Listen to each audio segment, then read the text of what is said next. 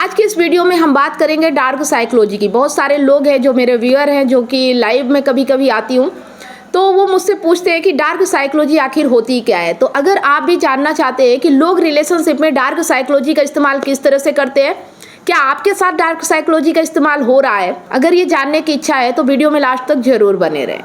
आपको dark psychology इसलिए नहीं सीखनी है कि आपको किसी के ऊपर इस्तेमाल करना है, आपको इसलिए सीखना है, इसलिए जानना चाहिए कि कोई आपके ऊपर इस्तेमाल ना कर सके या आपको मैनिपुलेट ना कर सके। वीडियो कंटिन्यू रहेगा, लेकिन उससे पहले आप सभी लोगों के माइंड की कसरत के लिए एक सवाल।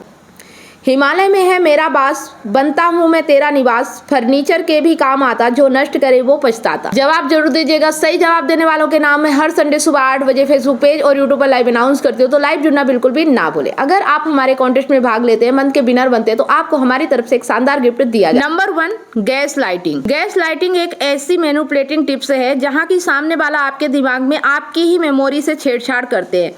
ये आपके अंदर सेल्फ डाउट पैदा करता है। सामने वाला जैसा चाहता है कि आप वैसा फील करो, आप एग्जैक्टली वैसा ही फील करने लगते हो। इसको एक उदाहरण से समझते हैं। मान लो सामने वाले ने आपके साथ कुछ गलत किया, आप इसे उसको बोलने गए तो उसने ऐसे घुमा दिया जैसे गलती उसकी नहीं आपकी है। वो व्यक्ति आपके अंडरस्टैंडिंग को चैलेंज करेगा कि कैसे आप बात को गलत समझ रहे हो, आपने ही सुनने में कोई गलती कर दी है, आप ओवर रिएक्ट कर रहे हो, कैसे आपने अपनी एक्सेप्टेशन बहुत बढ़ा रखी है जिससे आप खुद को ही हर्ट कर रहे हो।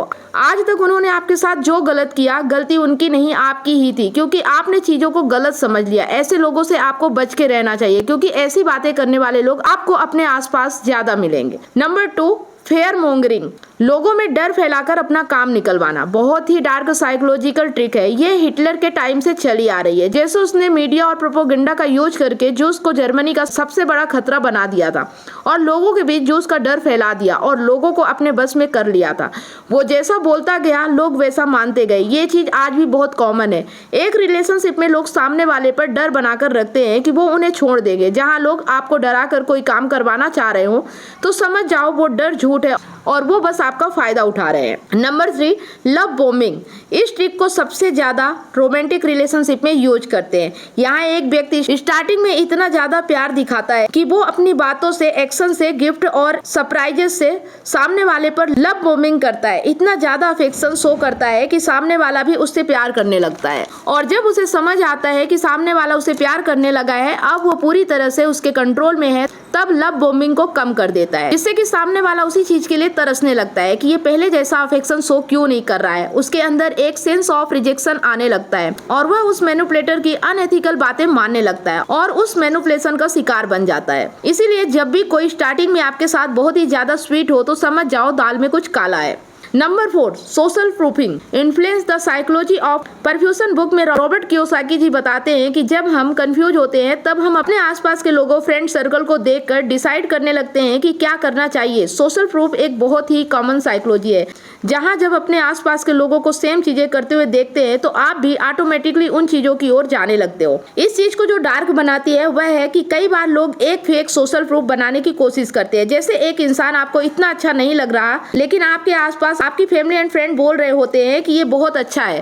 आप भी अपना विचार चेंज करने की कोशिश करने लगते हो और कई बार आपका विचार चेंज कराया जा रहा होता है और आपको पता भी नहीं होता। Number 5, silence treatment. यह भी एक बहुत बड़ी डार्क साइकोलॉजिकल ट्रिक है जो पूरा एक लाइन पर डिपेंड है। Silence speak louder than words. कभी सामने वाले को तोड़ने के लिए, कोई बात निकलवाने के लिए, कुछ रियलाइज करने के लिए, कुछ बोलकर ड्रामा करके उतना सही रिजल्ट नहीं मिलता जितना साइलेंट रहकर मिलता है, क्योंकि साइलेंस सामने वाले के अंदर मल्टीपल ट्रिगर करता है। वो कंफ्यूज हो जाते हैं, सेल्फ डाउट करने लगते हैं, गुस्सा आने लगता है। इसके साथ ही उन्हें आपसे अटैचमेंट बढ़ती जाती है। इसे रिलेशनशिप में यूज करना बहुत ही इविल होता है। उदाहरण, मान लो आपके बहुत ही करीबी फ्रेंड्स या फैमिली ने कोई गलती कर दी, वो आपको पसंद नहीं, बार बार मना करने के बाद वो आपकी एक भी नहीं सुन रहे। ऐसे टाइम पर कुछ भी बोलना बंद कर दो, उन्हें कंफ्यूज रहने दो कि आप ऐसा रिएक्ट क्यों कर रहे हो। आपके इस साइलेंट ट्रीटमेंट से बहुत गुस्सा आएगा, समझ नहीं आएगा कि क्या करे। एक टाइम पर वो टूट जाएंगे और जैसा आप चाह रहे हो वैसा ही करने लगेंगे। ये ट्रिक बहुत ही डेंजरस है और सामने वाले को साइकोलॉजिकल टॉर्चर से गुजारती है। इसीलिए इससे सिर्फ बचो, ना कि किसी पर यूज करो। Number 6, guilt tips. यहाँ पर सामने वाला आपकी किसी पिछली गलती को याद दिलाकर आपको गिल्ट में डालता है, जिससे आप एक पछतावे की स्थिति में आ जाते हो और सामने वाला जैसा चाहता है आप वैसा सही करते हो। उदाहरण के लिए आपका पार्टनर आपको कहीं घूमने जाने के लिए कन्विंस कर रहा है, लेकिन आप वहां जाना नहीं चाहते हो, तो वो आपको समझाने की बजाय ऐसे वर्ड यूज करेंगे, तुम तो मेरे साथ कहीं नहीं जाते, लास्ट टाइम भी हम कहीं नहीं जा पाए थे, मैं तुम्हें पसंद नहीं, इसलिए मेरे साथ तुम्हें कहीं जाना अच्छा नहीं लगता। ऐसी बातें बोलकर वो आपको गिल्ट में ट्रैक कर रहे होते हैं, जिससे कि आप अपनी मर्जी से खुशी से उनकी बात ना माने तो कम से कम गिल्ट में आकर उनकी बात मान जाएं। Number 7, forced teeming. ये मैनिपुलेशन एक ऐसा तरीका है जिससे कि कोई भी पर्सन आपको अपने साथ जोड़ लेता है और आप कुछ कर भी नहीं पाते। यह ट्रिक आपका पार्टनर ऐसे यूज करता है, जहां वो अपनी प्रॉब्लम्स को ऐसे यूज करता है जैसे वो आपकी भी प्रॉब्लम है। ऐसे लोगों से जरा बच के रहें। Number 8, choice restriction. ये एक तरीका है लोगों के डिसीजंस को अपने डायरेक्शन में लेकर आने का। लोगों से सीधे तरीके से काम करवाना आसान नहीं, लेकिन जब आप उनकी चॉइसेस पर ही लिमिट लगा दो तो डिसीजन मेकिंग पावर भी लिमिटेड हो जाती है। उदाहरण, मान लो कि आप चाहते हो आपका पार्टनर मार्केट जाए, लेकिन वो जाना नहीं चाहता, तो आप उन्हें घर में ही बहुत सारे काम बता देते हैं जिससे वह मार्केट जाना बेहतर समझते हैं। ऐसे ही लोग आपकी चॉइसेस रिस्ट्रिक्टेड करके आपसे वो काम करवा लेते हैं जो आपसे वो करवाना चाहते हैं। Number 9, amplifying problems. सिंपली कहा जाए तो बात का बतंगड़ बनाना। उदाहरण, आपको आपके पार्टनर से मिलने जाना था 5 बजे, आप पहुंचे 5:30 बजे। आपको लगेगा क्या हुआ, आधा घंटा ही तो लेट हुआ है, लेकिन वहीं आपका पार्टनर इस बात को लेकर इतना बड़ा बवाल मचा देंगे कि आधे घंटे से रोड पर खड़ी हूँ, धूप में भूख से चक्कर आ रहे हैं, तुम्हें टाइम की कोई फिक्र नहीं है, मुझे नहीं जाना। अब आप गिल्ट महसूस कर चुके हो, अब आप पूरे दिन अपने पार्टनर की बात मानने लगोगे। नंबर 10, गो स्लाइटली रॉन्ग।